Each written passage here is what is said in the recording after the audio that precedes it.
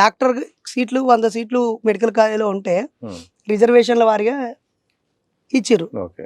ఆడ పరీక్ష రాసేటప్పుడైతే పైన కులం పేరు మతం పేరు అయితే రాయలే కదా, క్వశ్చన్కి ఆన్సర్ రాసిరు కదా. మరి ఫస్ట్ ఎంట్రన్స్లో ర్యాంక్ టాప్ వచ్చిన ఆ టాప్ 10 మెంబర్సే రేపు ఆ మెడిసిన్ సీటు పొందిన తర్వాత టాప్ 10 ర్యాంకులలో వాళ్ళు ఉన్నారా? మరి ఒక్క బ్యాచ్ని కంపేర్ చేయండి.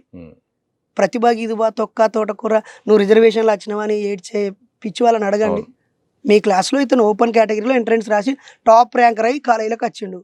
ఆ 4.5 ఏళ్ళు వైద్యం చదివినాక మళ్ళీ టాప్ ర్యాంక్లో ఉన్నాడా? ఏదో చాలని పరిస్థితులలో బాబాసాహెబ్ రిజర్వేషన్తో కొంచెం తక్కువ మార్కులు వచ్చినా అందులో ఎక్కువ మార్కులు వచ్చాయి, ఎస్సీలో ఎక్కువ మార్కులు వచ్చినోనికి మెడిసిన్ సీట్ ఇచ్చారు. వాడు పరీక్షలో కూడా డల్ వచ్చిండా, వెనకనే వచ్చిండా? రాలే కదా. పోనీ టాప్ కేటగిరీలో 50% ఓపెన్ కదా, ఈ 50% మందికి ఉత్తమ ఉపాధ్యాయ అవార్డులు వస్తానయా, ఉత్తమ డాక్టర్ల అవార్డులు వస్తానయా, ఉత్తమ ఐఏఎస్ అవార్డులు వస్తానయా? లేదు కదా. అక్కడ పనే గీటురాయి, జ్ఞానమే గీటురాయి కదా. అవకాశానికి మాత్రమే ఈ రిజర్వేషన్.